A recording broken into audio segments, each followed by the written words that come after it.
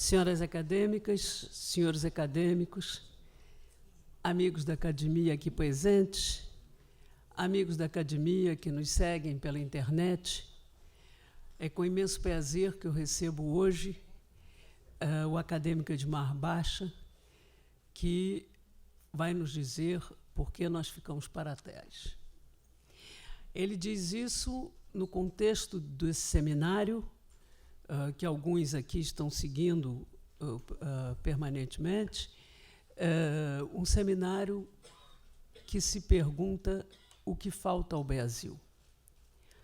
Na última sessão, nós tivemos aqui o acadêmico Carlos Diegues, que nos disse que o que falta ao Brasil é o amor pelo que somos. Antes dele, o acadêmico Antônio Cícero disse que falta ao Brasil a implantação dos direitos humanos. E antes dele, Nízia Trindade, que é presidente da Fiocruz, disse que faltam políticas públicas e cidadania. Essas três faltas que foram mencionadas até agora já seriam bastante para que nós tivéssemos ficado para trás. Mas eu creio que há muito mais que isso.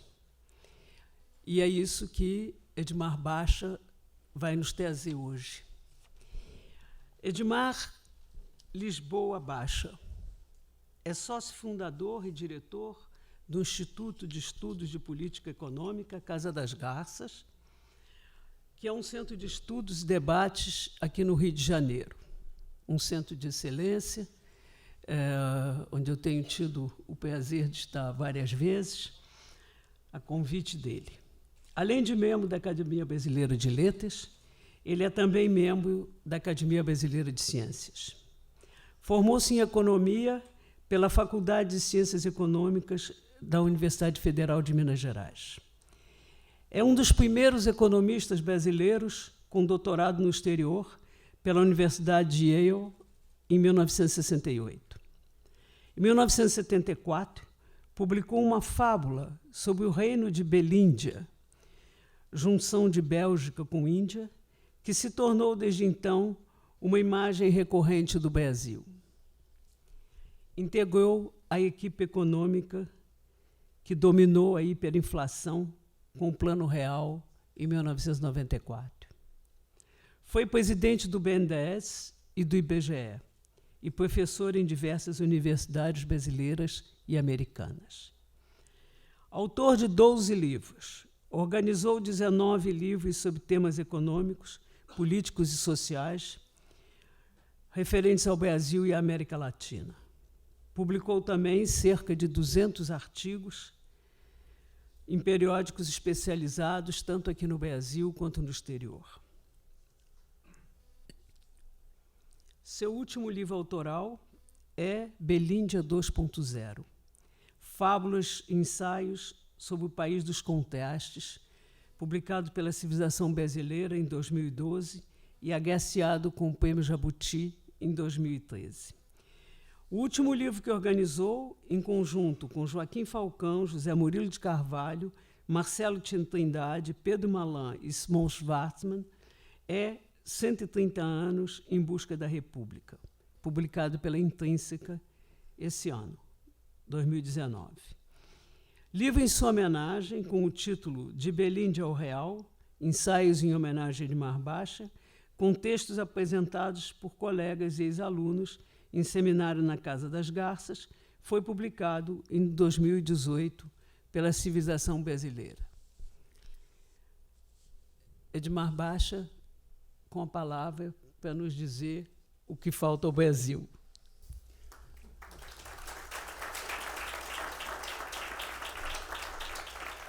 Muito obrigado, Rosisca, pelo convite e pela generosa apresentação. Saúdo meus colegas acadêmicas e acadêmicos, todos presentes, e aqueles que nos assistem pela internet. Eu vou dividir a minha apresentação em 6 partes. Eu vou dividir a apresentação em 6 partes, Na primeira, eu mostro quão atrás está o Brasil. Na segunda, eu apresento uma hipótese de por que o país se mantém atrasado. Na terceira, eu vou arguir que essa hipótese, embora correta, é apenas parte da resposta. Na quarta, eu vou propor uma ideia mais abrangente sobre quais seriam as condições para superarmos o atraso. Na quinta, indico as principais dificuldades para essa superação. E na sexta, vou concluir com uma mensagem de alguma esperança para que possamos trazer para o nosso presente o país do futuro. Tudo isso tentando me conter no economês e usando muitos gráficos para ilustrar as minhas teses. Eu começo com a observação de que quando os economistas ordenam países para saber quem está na frente, quem está atrás, o fazem com base no PIB per capita.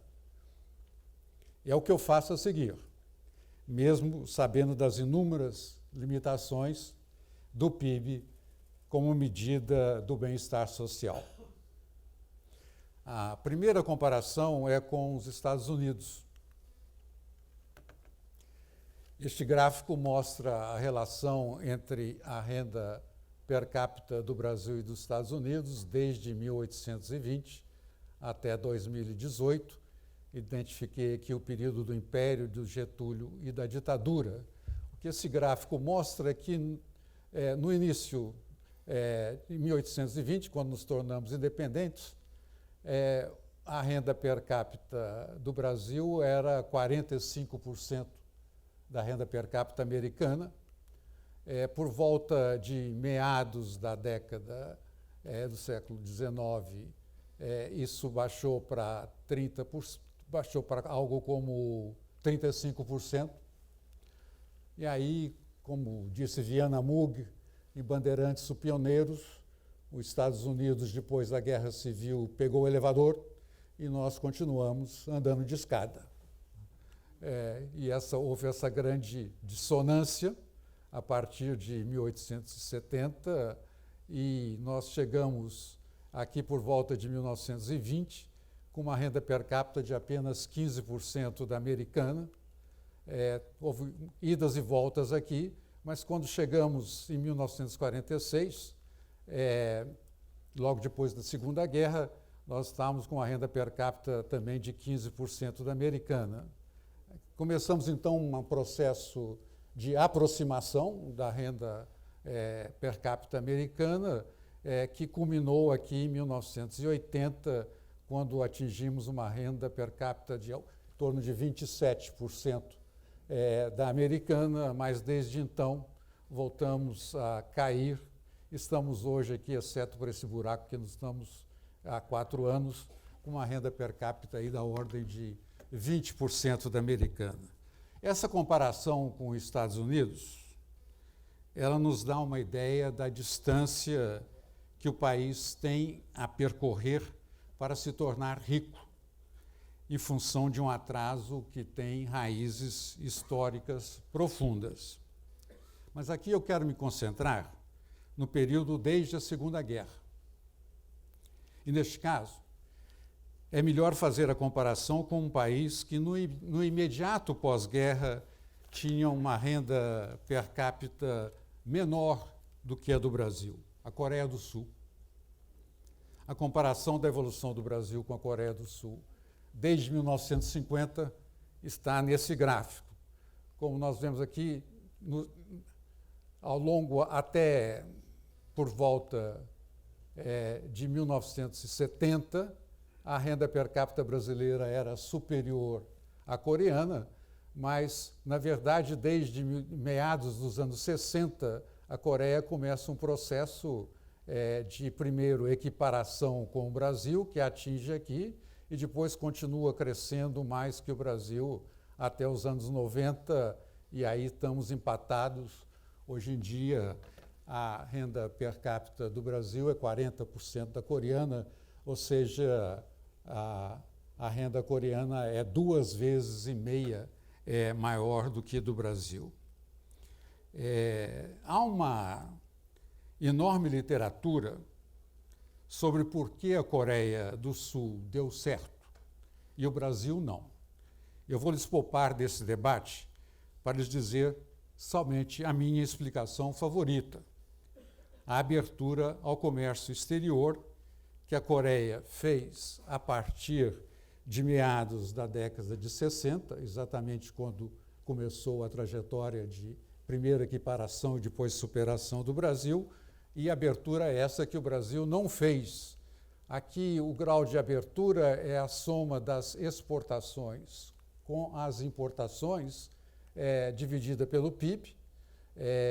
O Brasil está aqui embaixo, a Coreia do Sul é essa linha pontilhada. Vocês veem que ambos tinham algo, o Brasil tinha 15% de coeficiente de abertura, exportação mais importação sobre PIB, a Coreia tinha cerca de 20%, isso se manteve mais ou menos constante até os anos 60, e a partir daí a Coreia dispara a sua participação no comércio exterior, chegando hoje com uma relação de comércio para o PIB de 130%, enquanto nós nos mantivemos aqui, que aqui era 15%, hoje em dia é apenas 24% a soma das exportações mais importações em relação ao PIB brasileiro. Ou seja, a transição que a Coreia fez foi a partir dos anos 60.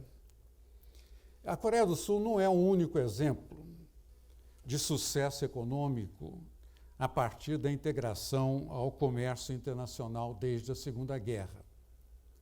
Nas minhas contas, 12 países conseguiram superar a chamada armadilha da renda média e se tornaram ricos desde a Segunda Guerra, e todos os fizeram com integração ao comércio internacional. Os países são os 12 países que superaram a renda média após a Segunda Guerra. Primeiro, há um grupo que o fez com base em exportações industriais, a Coreia do Sul, Hong Kong, Israel, Singapura e Taiwan. Depois, outro grupo que o fez com base na exportação de serviços, fundamentalmente da periferia da União Europeia, a Espanha, a Grécia, a Irlanda e Portugal. E, então, há 3 países que fizeram com base na exploração de seus abundantes recursos naturais, que são a Noruega, a Austrália e a Nova Zelândia. Vocês podem ver aqui a relação comércio-PIB desses países, todas bem mais altas que do Brasil. A mediana, ou seja, que separa 50% para baixo e 50% para cima, do coeficiente de abertura desses países é 75%, exportações mais importações em relação ao PIB, enquanto o Brasil é aqueles 24% que nos vimos antes. E, curiosamente, essa relação de 3:1 é a mesma que existe hoje em relação à renda per capita mediana desses países, que é $45 mil per capita, em relação ao Brasil, que é $16 mil per capita. Outra característica desses países que deram certo com a abertura ao comércio exterior após a guerra é que eles são países relativamente pequenos, a mediana da sua população é apenas 10 milhões, o Brasil tem 207, na verdade, hoje em dia 210. Tem um pessoal do IBGE aí que não vai me deixar de mentir sobre esses números. O coeficiente de Gini é um coeficiente que mede a concentração da renda. Eu pus aqui o coeficiente variando entre 0 e 100. Quanto mais um coeficiente de Gini de 0, quer dizer que a distribuição da renda é totalmente igualitária. Um coeficiente de Gini igual a 100 quer dizer que toda a renda está concentrada em uma só pessoa. Quanto maior o Gini, maior a concentração de renda. No mundo, o país que tem uma distribuição de renda mais igualitária é a Suécia, que tem um Gini de 25. o país mais desigualitário, se me perdoa a palavra, é a África do Sul, que tem um coeficiente de Gini de 63. Vocês observem aqui que a mediana desses países é 36, não muito longe da Suécia, e a nossa é 52, não muito longe da África do Sul. Ou seja, ao contrário desses países que tiveram sucesso, o Brasil é um país grande, desigual e fechado ao comércio exterior. Eu vou tratar da questão da desigualdade e do tamanho do país mais à frente. Primeiro, eu queria explicar um pouco melhor por que a abertura ao comércio exterior é tão importante. A razão é que crescimento é sinônimo de produtividade. E para ter alta produtividade, as empresas de um país precisam estar num ambiente econômico em que disponham de 4 coisas: tecnologia, escala, especialização e concorrência. E essas 4 condições só se materializam com participação no comércio internacional. O Brasil tem 3% do PIB mundial, mas apenas 1% das exportações mundiais. Nós somos um gigantinho em termos de PIB, mas um anão em termos de exportações. O que ocorre nas exportações repete-se nas importações.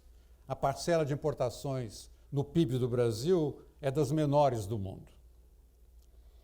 Para ver as consequências desse fechamento, eu vou considerar com mais detalhe a experiência de crescimento brasileiro no pós-Segunda Guerra. O gráfico a seguir mostra a evolução da taxa de crescimento do PIB brasileiro desde 1950. As barras são as taxas de crescimento de cada ano, a linha é uma média móvel decenal para mostrar a tendência do crescimento, e o que se observa aqui é que, basicamente, desde 1950 até 1980, o Brasil tinha uma taxa de crescimento, na média, em torno de 7,5% ao ano. Eu me lembro, quando jovem, que a gente dizia que o país crescia enquanto o governo dormia.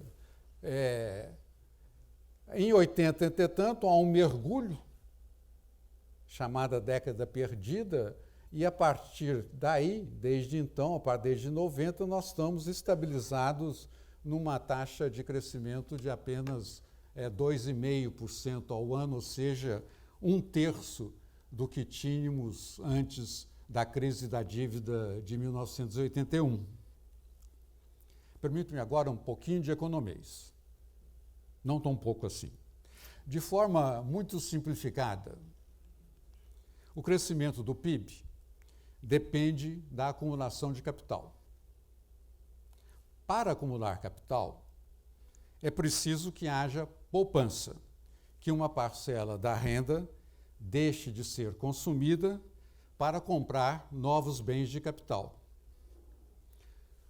Quantos bens de capital vão ser comprados com essa poupança? Depende do preço desses bens.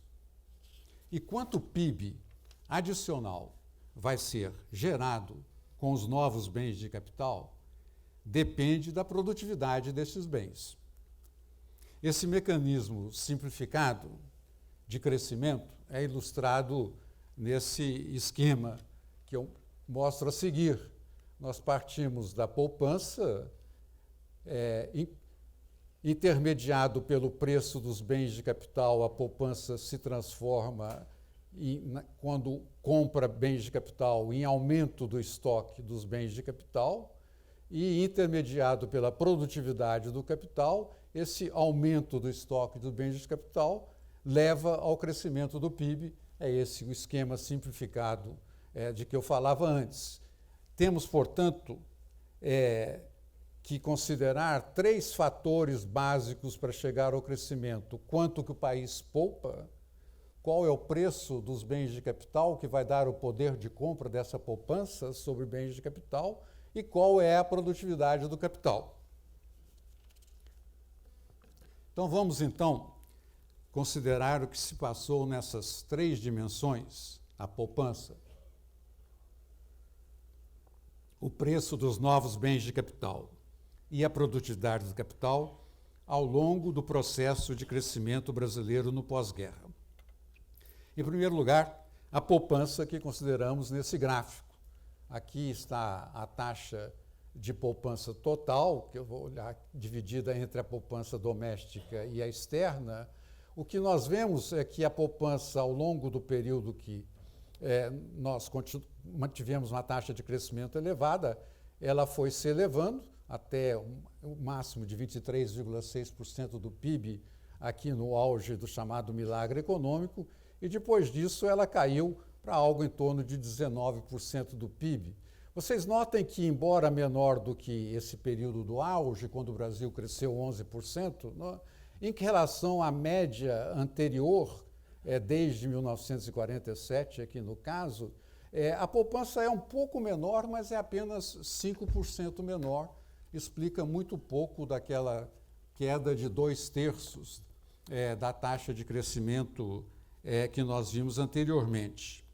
Ou seja, mais importante do que algo tenha ocorrido com a poupança, foram dois outros fenômenos. Em primeiro lugar, a poupança passou a comprar menos bens de capital devido ao aumento do preço destes bens, algo em torno de 30%. O preço é o preço dos bens de capital, de 47 a 2018. Isso é um índice, está colocado o preço igual a 1 no ano 2000. E o que se nota é essa trajetória, não é que o preço dos bens de capital tem essa trajetória de crescimento contínuo, não é? Até praticamente o início desse século, né? Quando finalmente ele se estabiliza, mas ele se estabiliza num nível que é cerca de 30% mais elevado do que era durante o período de alto crescimento até 1980. Ou seja, hoje em dia, né, a poupança compra muito menos, tem um poder de compra sobre bens de capital novamente produzidos do que tinha no início do nosso processo de industrialização. Vamos guardar esse primeiro fenômeno e olhar o segundo, que é a produtividade do capital. Não é? Com a produtividade do capital ocorre o fenômeno oposto. Não é?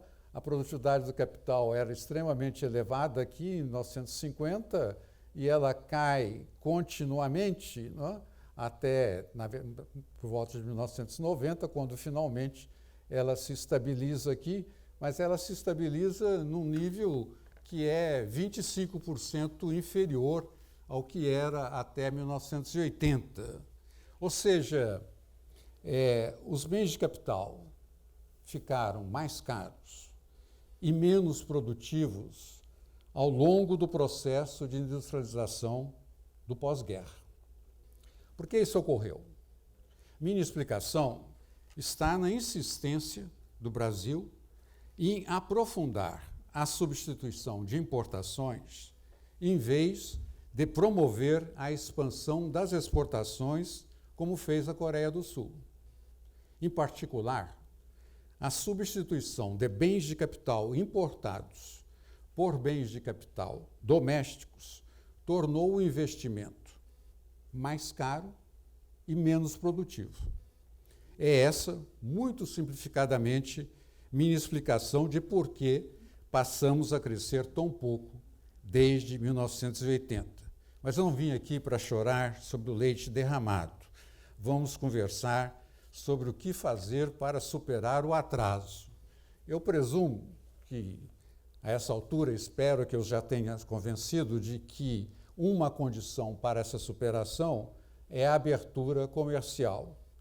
Mas a abertura em país grande e desigual, como o Brasil, só não basta, como demonstra a experiência do México.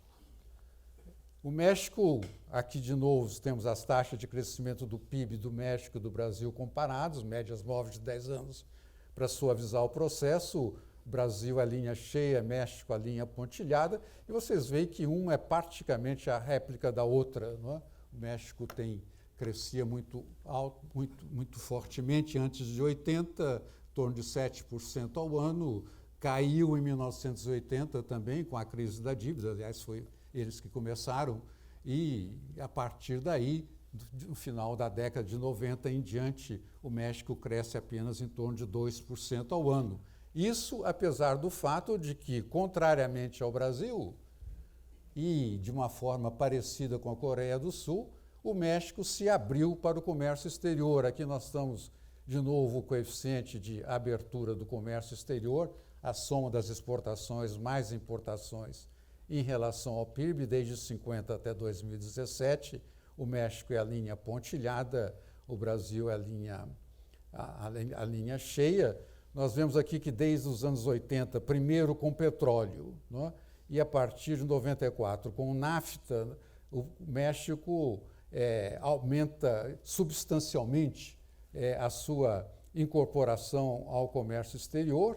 Começou com algo como 20% do PIB, hoje em dia está com algo em torno de 70% do PIB, não tão alto quanto a Coreia do Sul, mas extremamente mais elevado, 3 vezes mais alto do que a participação do comércio exterior no PIB brasileiro. Há uma longa literatura também de por que o México não deu certo. Eu vou lhes poupar desse debate para apresentar para lhes apresentar a minha hipótese preferida. E esta é que o México fez a integração aos Estados Unidos, mas, ao mesmo tempo, desintegrou-se internamente. O norte do país desgarrou-se do sul, o setor formal se dissociou do setor informal, que cresceu substancialmente, as exportações de petróleo da Pemex estagnaram enquanto as de manufatura estavam subindo, as empresas grandes se apartaram das empresas pequenas e médias, a distribuição de renda se esgarçou, tanto na dimensão regional quanto na dimensão social. A minha conclusão, portanto, para países grandes e desiguais, como Brasil e México, é que é preciso promover não só uma, mas 2 integrações, a externa e a interna, e essa nas dimensões regional e social. Então vamos considerar aqui quais são os principais impedimentos dentro dessa perspectiva para a retomada de um vigoroso crescimento inclusivo no Brasil. Eu já falei do fechamento da economia ao exterior, que mantém atrasado o nosso setor privado. Afora isso, o principal problema, a meu ver, é a falta de espaço no orçamento do governo para a promoção da agenda social, investimentos em educação e cultura, em saneamento e saúde, em habitação, em mobilidade urbana, em segurança, que são os insumos que possibilitam às pessoas, especialmente as mais pobres, se tornarem mais produtivas. Sobre a penúria da área social brasileira, para mim o melhor exemplo é a educação, em que os dados do Programa Internacional de Avaliação de Estudantes, feito pela OECD, revela a extensão do atraso brasileiro na área. Aqui temos um total de 70 países, né?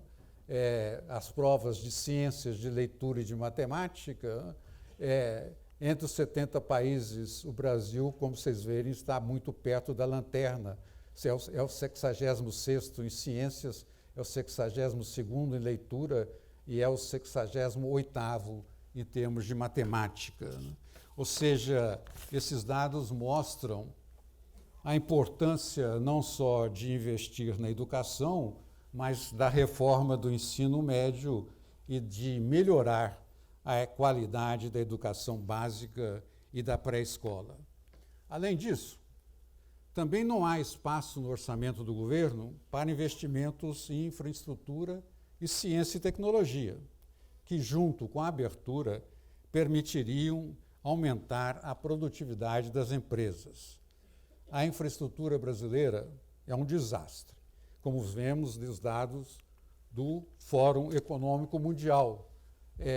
Aqui temos um índice de qualidade geral ou para rodovias ou para ferrovias, conforme a cor.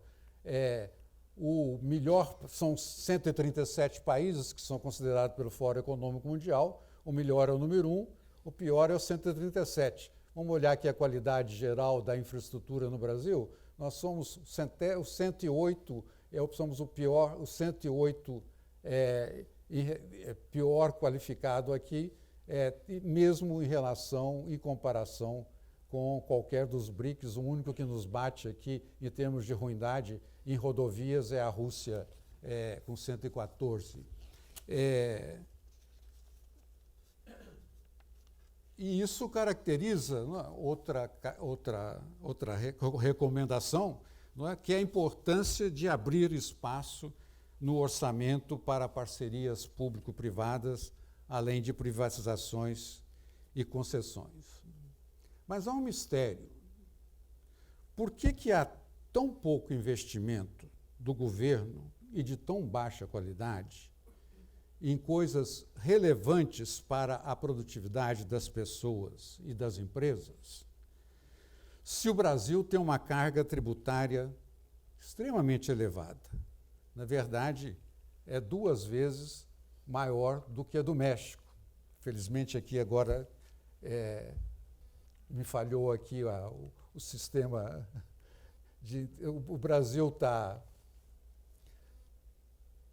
o Brasil tem uma carga tributária de 34% do PIB,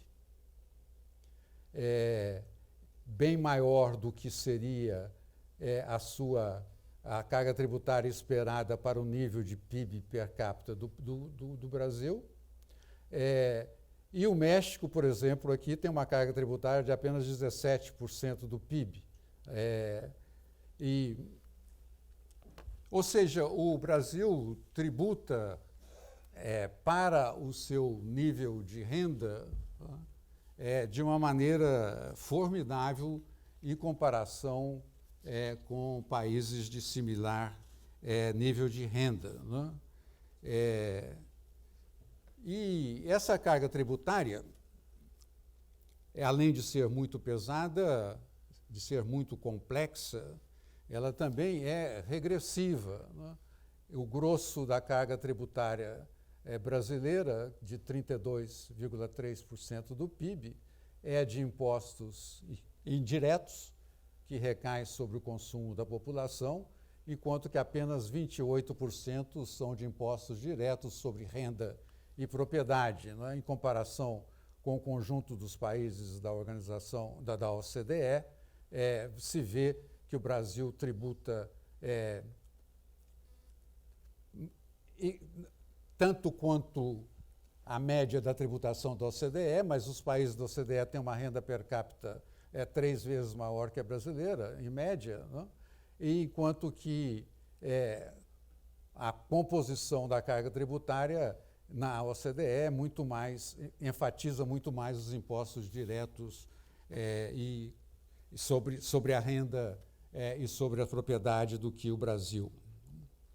Então, isso leva à conclusão de que a importância que há de uma reforma tributária que simplifique os impostos e os torne mais equitativos, né? O problema, entretanto, é que o governo arrecada muito, né, mas gasta demais em 2 itens: previdência e funcionalismo. Esse gráfico mostra a dimensão dos gastos do país com previdência. Aqui temos os gastos da previdência como proporção do PIB. Aqui a chamada taxa de dependência, que é o número de idosos em relação ao número de pessoas em idade de trabalhar. O Brasil ainda tem uma taxa de dependência relativamente baixa, mas nós gastamos com previdência algo acima de 14% do PIB, enquanto que, por exemplo, o Japão aqui, que é um país mais velho que está aqui na nossa amostra, tem um gasto da previdência inferior a 10% do PIB. E comparado, por exemplo, com outro país latino-americano como o Chile, nós temos os gastos da previdência do Chile como proporção do PIB, são uma fração do que o Brasil ocorre. Para o nível de renda, para a taxa de dependência que o Brasil tem, o Brasil deveria estar gastando, se fosse uma norma internacional, algo como menos da metade do que gasta atualmente com previdência.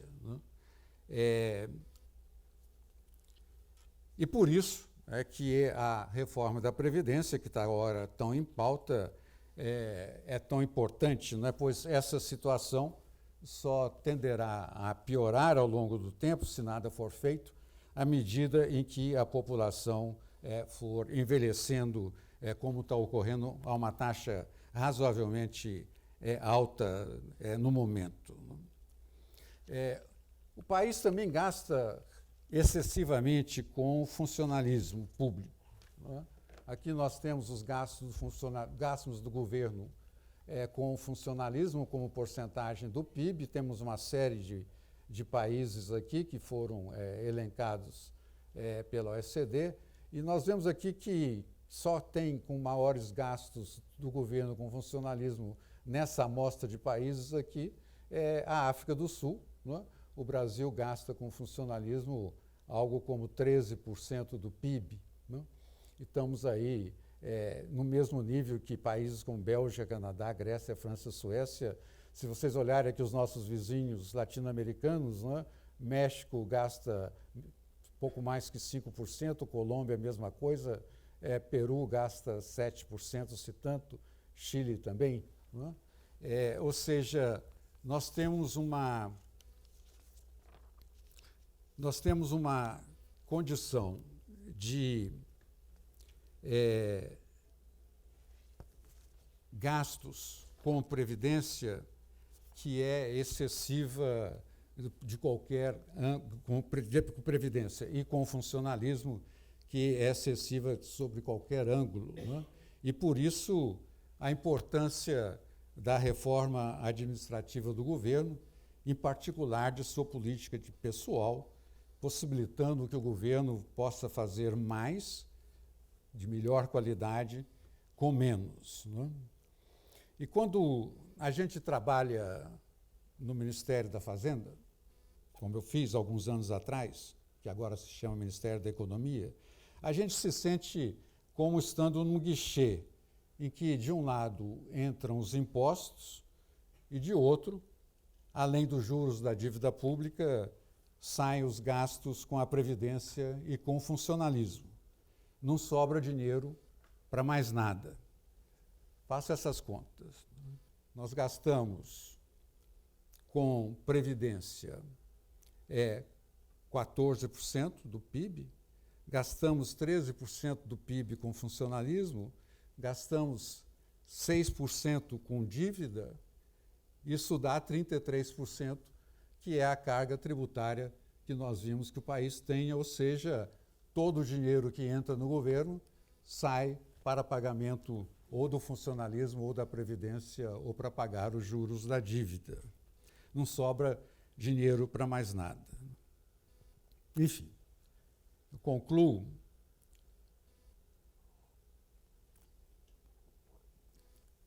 dizendo o seguinte, que primeiro, a abertura ao comércio exterior daria mais eficiência ao setor privado, a abertura ao comércio exterior daria mais eficiência ao setor privado. E as reformas do setor público, a tributária, a previdenciária e a administrativa, abririam espaço para o governo investir mais e melhor. Ou seja, Para não continuar atrás, o país precisa de reformas com foco na eficiência e na distribuição de renda. A busca ainda incompleta da República deve ser, simultaneamente, liberal e progressista. Muito obrigado.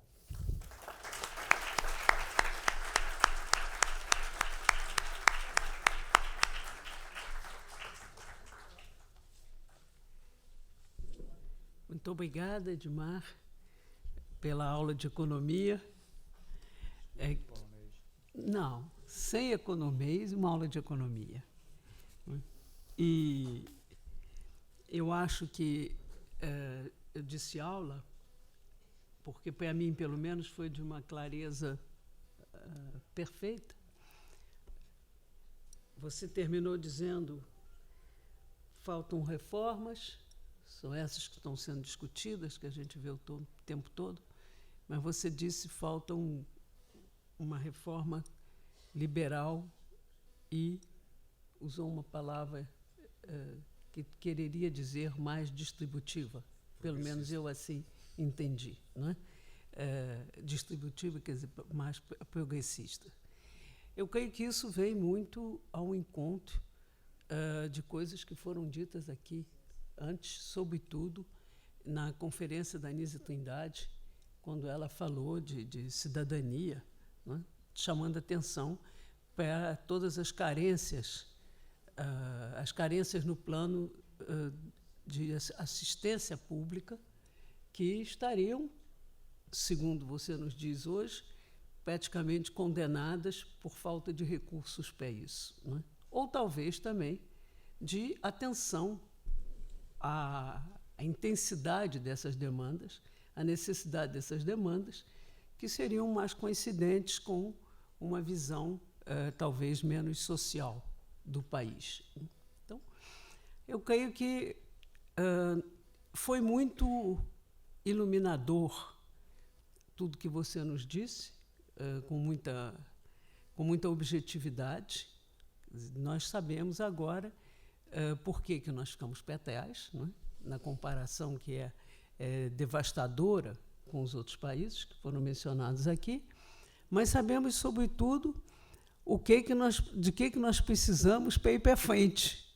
Eu acho que isso é que foi talvez o mais desafiador na sua fala de hoje, né? Quer dizer, entender como é que nós podemos ir para frente. E eu diria mesmo que até bastante animador, porque não é por falta de saber o que fazer, não é?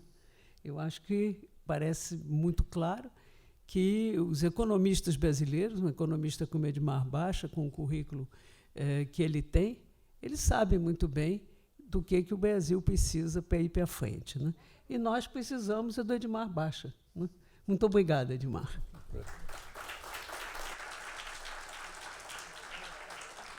Bom, eu quero convidar a todos para o próximo seminário, a próxima conferência desse seminário, que será no dia 29 de agosto, quinta-feira, às 17h30, como sempre, quando nós vamos ouvir o embaixador Rubem Recupero, que vai nos falar de um futuro pior do que o passado, é uma pergunta que ele coloca, e completa reflexões na antevéspera do bicentenário da independência, né? Vamos ouvi-lo, e eu creio que vamos fechar com chave de ouro esse seminário, que tem sido tão interessante, afinal de contas, com esclarecimentos, com palestras tão esclarecedoras como a de hoje. Eu quero aproveitar também para convidar vocês para o seminário Brasil-Brasis, que vai acontecer aqui, antes da quinta-feira, no dia 27 de agosto, que é uma terça-feira, e onde nós vamos tratar da democracia em tempos de internet. E trataremos disso eu mesma e um convidado, que é o jornalista Ronaldo Lemos, que é um especialista da questão de internet. Estão todos convidados, serão todos muito bem-vindos, e até o nosso próximo encontro. Muito obrigada.